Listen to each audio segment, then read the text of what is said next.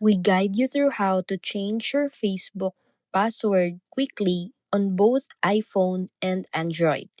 So, the first thing you need to do is to open the Facebook app, tap the menu icon, go to Settings and Privacy, select Settings, then tap Security and Login and choose Change Password. Enter your current password and followed by your new password. Confirm it and tap Save Changes. If you forgot your password, simply tap Forgot Password on the login screen and follow the recovery steps using your email or phone number.